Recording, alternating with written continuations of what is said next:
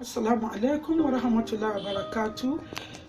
Good day to all my viewers out there. I'm wishing everybody Allah's blessing and protection, and I'm wishing everybody out there the best things in this world. I pray our goals will be achieved. I will continue with foods allowed, food disallowed in ulcer, as I've discussed at the initial videos, previous videos I took. So we are going to pick some of the important ingredients and nutrients present in certain foods that will help for the management of ulcer, especially ulcer that is caused by Helicobacter bacteria, Bacter pylori, that is H. pylori.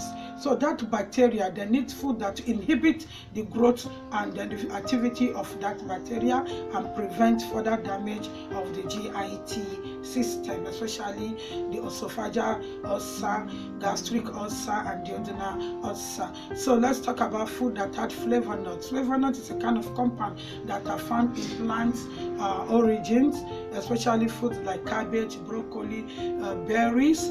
There are green leafy vegetable peas. We have flavonoids. These flavonoids prevent the further growth of this bacteria and make the moisture of the intestinal mucosa to have mucus, that is the lining, because most of these flavonoids rich food are very high in vitamin A. Carrot is there, dark green vegetables are there that will prevent the lining to be attacked directly by this bacteria, because it will increase the mucus at the lining of the intestinal mucosa, preventing, even if there's excess secretion of gastric juice, this mucus prevents it from being attacked to touch the lining. So we increase flavonoids in our foods, and then we should also try to increase food that have that have probiotic agents. Probiotic agents mean food that are a little bit fermented with improve of some bacteria and some healthy bacteria and yeast into it. So these bacteria and yeast fight against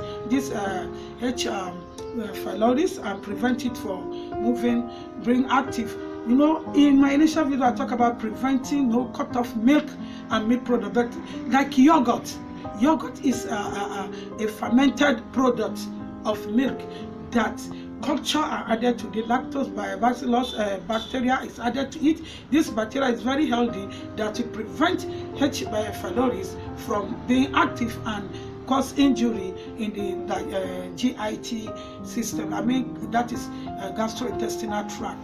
It will prevent it. So we take food like that, and fermented food, even whey water can be taken. We can take tofu, that is cheese from soya beans, not from animal food, from soya beans. It can be eaten because some of them have undergone little processing and fermentation, and there's improvement of culture in it. Also, honey. Honey is also a very good natural antibiotics, a natural anti-inflammatory agent food that is good. It has been confirmed that, according to Mayo Clinic, that it has over 200 elements for prevention of so many diseases. So it also helps for proper function of the GIT system, and it very good in it's an anti-inflammatory agent that prevents further damage of the GIT, and it heals it because it has vitamin C too.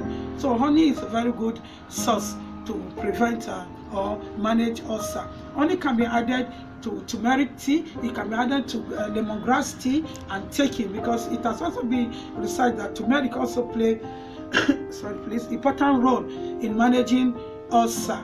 So from honey, we talk about lemongrass. You know, it is allowed to take green tea if you have ulcer, but one have to be very careful not to take caffeinated green tea. So we go for our natural available grasses that we can use to produce tea, vegetables we can use to produce tea.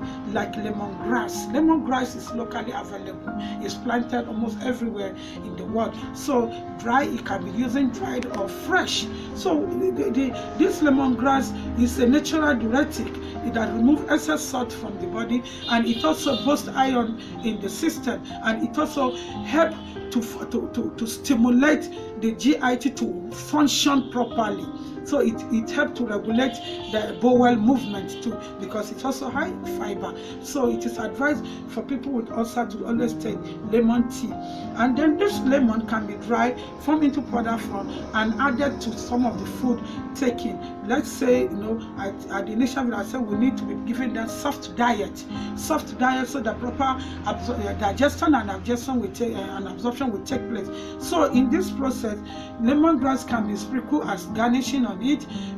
We can add our cabbage, our broccoli on any food prepared, so that it will boost the fiber and then prevent further damage into the GIT. Garlic is also welcome. It is a natural anti-inflammatory agent, and so many natural food. It has also been confirmed, especially in the northern part of Nigeria here, that baobab leaf, which is popularly called kuka leaf, and the pulp is very high in anti-inflammatory agent, that it can be boiled and then taken maybe half a cup before any meal. It will prevent further damage of the GIT by the H. pylori bacteria. So all in all these food are very good to prevent ulcer. And those that during that period, the ulcer patients need to cut it off. No deep fried foods, no roasted food, no hard foods, no sugary food, no processed food like taking excess junks, no carbonated drink, no caffeinated drink, no alcohol, no smoking, no too much peppery food, and no spices anyhow in the food. And in doing this, one should consider the food that in the season, in which I'm going to explain to you in one of our videos how we are going to plan menu for a typical sample menu for ulcer patients, and then present to you live. Thank you very much. I'm still your dietitian, Aisha to Yusuf, Aisha Nutri Diet. Don't forget to subscribe. Don't forget to share and like. Thank you. See you in my next video.